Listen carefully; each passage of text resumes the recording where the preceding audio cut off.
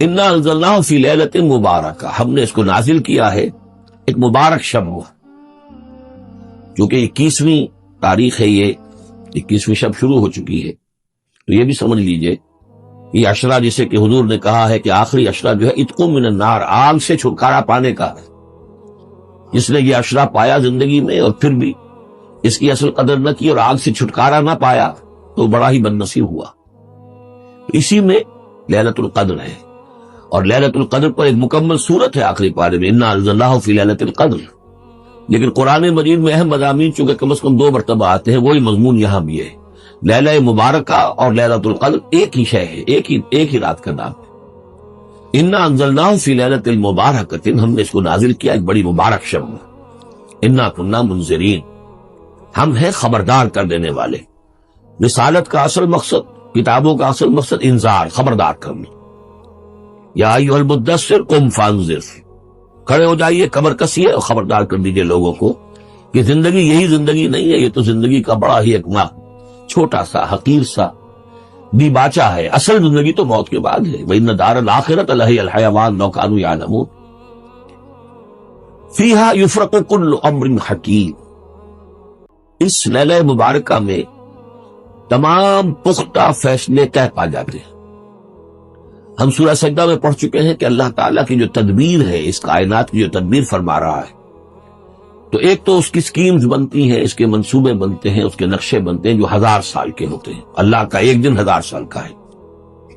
يُدَبِّرُ الْأَمْرَ مِنَ السَّمَاءِ إِلَى الْأَرْضِ ثُمَّ يَعْرُجُ إِلَيْهِ فِي يَوْمٍ كَانَ مِقْدَارُهُ أَلْفَ سَنَةٍ مِّمَّا تَعُدُّونَ۔ لیکن پھر ہمارے حساب سے جو ہر سال کا معاملہ آتا ہے، تو یہ بھی ایک رات ایسی ہے سال کی۔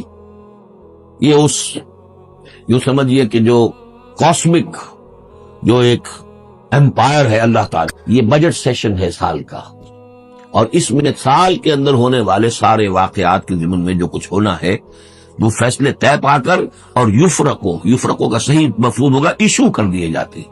فرق کہتے ہیں علیحدہ کر دینا، گویا کہ اس رات وہ فیصلے ایشو کر کے اور ملائکہ کے حوالے کر دیے جاتے ہیں۔ تو چونکہ یہ رات وہ عظیم رات ہے کہ جس میں تمام سال کے فیصلے طے پا کر اور ملائکہ کے حوالے کر دیے جاتے ہیں کہ اب ان کی امپلیمنٹیشن کرو، وہ سول سروس ہے، وہ بیوروکریسی ہے اس کائناتی حکومت کی۔ تو اسی رات کو اللہ نے اس قرآن کو لوح محفوظ یا ام الکتاب سے اتار دیا سمائے دنیا تک۔ امرا من عندنا، اور یہ تمام احکام جو ہم طے کر لیتے ہیں اس شب میں، وہ ہماری طرف سے حکم ہوتے ہیں، طے پا چکے ہوتے ہیں۔ امرا من عندنا انا کنا مرسلین، ہم ہی ہیں بھیجنے والے۔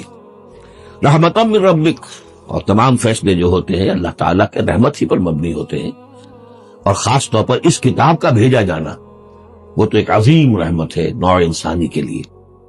انہ هو السمیع العلیم، یقیناً وہ سب کچھ وہی ہے، سب کچھ سننے والا اور سب کچھ جاننے والا۔ رب السماوات والارض وما بینہما، وہی ہے آسمانوں اور زمین اور جو کچھ ان کے مابین ہے، ان سب کا مالک اور رب۔ ان کنتم موقنین، اگر تم یقین کرو، یعنی یہ بات مان لینا تو شاید آسان ہو، یقین کرنا مشکل ہو جاتا ہے۔ ہمیں نفس دھوکہ دیتا ہے اس کا مالک میں ہوں، یہ چیز میری ہے۔ ہونا یہ چاہیے کہ ہر شے اللہ کی ہے۔ این امانت چند روزہ رزق ماست، در حقیقت مالک ہر شے خداست۔ میرے پاس تو یہ چند دن کے لیے امانت کے طور پر، یہ ہاتھ بھی اللہ کی امانت ہے جس نے مجھے دیا ہے۔ اللہ پوچھے گا کہ تم نے غلط کام تو نہیں لیا اس سے، اور یہ ہاتھ میرے خلاف گواہی دیں گے، ہم پڑھ چکے ہیں اس کو۔ ہمارے اپنے اعضاء جو ہیں، اپنے ہاتھ، ہمارے پاؤں، ہماری کھالیں ہمارے خلاف گواہی دیں گے۔